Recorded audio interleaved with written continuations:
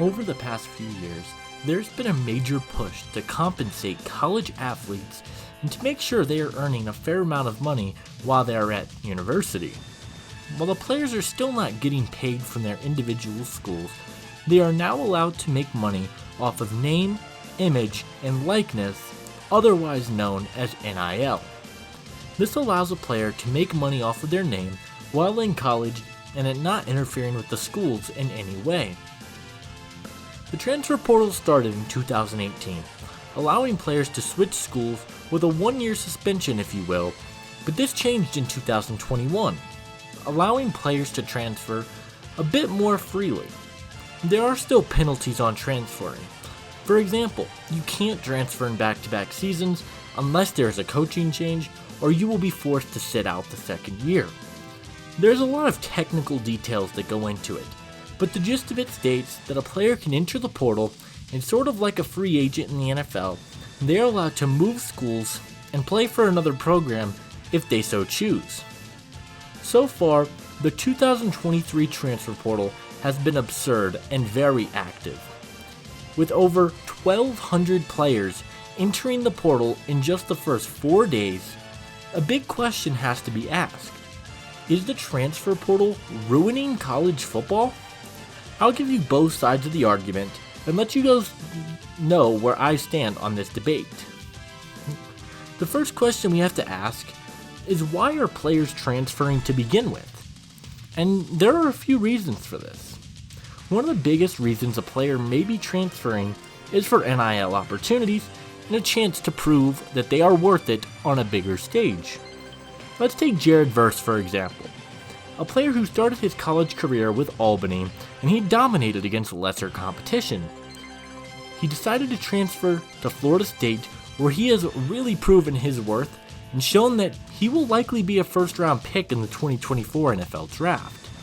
Players want a place where they can showcase their talent on the biggest stage and where they can play in a bigger market for a bigger program and make a little bit of extra money.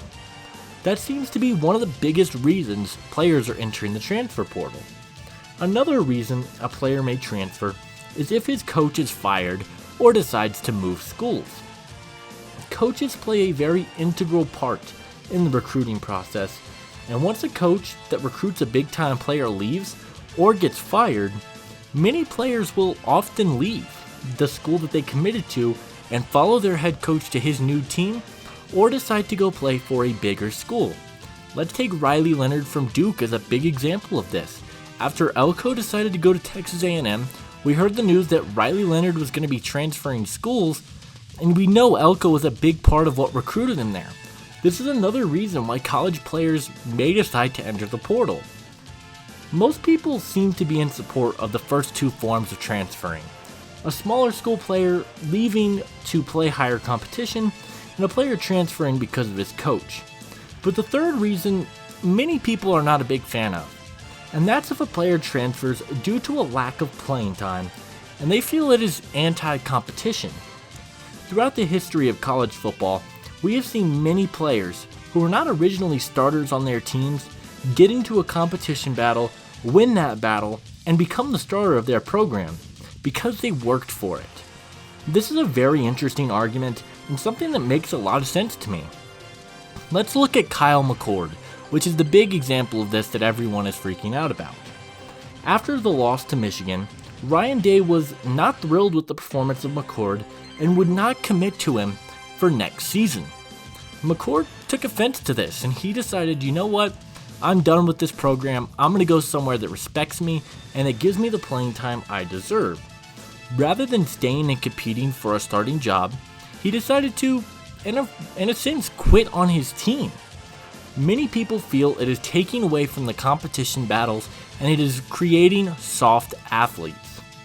There's also something to be said about loyalty. National Signing Day is a major day in all of these athletes' lives, one of the biggest days of these kids' lives.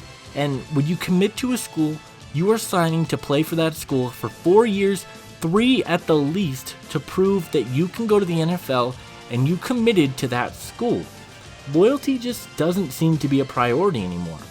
These players will commit for a year just to transfer the next, and from a fan's perspective, you can see why they would be upset about this. If you sign a big-time recruit to your program thinking he can help get you back into national championship status, and he just decides to leave the next year, it leaves your school hanging and is a big disappointment for fans of the college game. On the flip side, there are many people that are big fans of what the transfer portal has done for college football. The big reason is it adds a lot of parity to the game. If you take a look at the 4 Heisman finalists for this season, and Michael Penix Jr., Bo Nix, Jaden Daniels, and Marvin Harrison Jr., 3 of the 4 finalists all were products of the transfer portal. It brings some disappointment to certain fans, but it also brings excitement to others. It allows fans to hope and dream that their school can land a big-time transfer. Schools like Colorado, Tennessee, Kentucky, Missouri, and many more all feel they're a few pieces away from making it to the college football playoff, and if these schools are able to land a big-time transfer, that could be all this school needs to get into national championship contention and take that next step. I also think it is somewhat good for smaller schools, which I know is an unpopular opinion, but with the 12-team playoff being implemented next season, I feel like we could see a lot of non-Power 5 schools land big-time recruits. Schools like Tulane and Liberty have already done a pretty good job early on and have been linked to some of the top prospects available in the transfer portal. I feel the smaller schools feel they might have an opportunity to land some of these players if it means they can be that 12th and final team in the college football playoff. So where do I stand on this issue? Me personally, I'm a big fan of it. I love parity in sports, and that's what we're seeing. Now, as a content creator, I love having things to talk about, and that's been incredible. But as a neutral fan of the game, I think it just adds a lot of excitement. I love player movement in all sports, and the fact that these college athletes are making a lane for themselves, I think it is truly enhancing the product we have gotten on the field. This was the most jumbled up top 6 in college football playoff committee that I can remember. Schools like Florida State got to where they are because of the transfer portal. Washington got to where they are because of the transfer portal. I think we're going to see a lot of schools be able to land big time players and contend for national championships because of the transfer portal. And I can't help but think with more recruits, a larger playoff, conference realignment, and more variety, this is going to make college football much more exciting to watch for many years to come.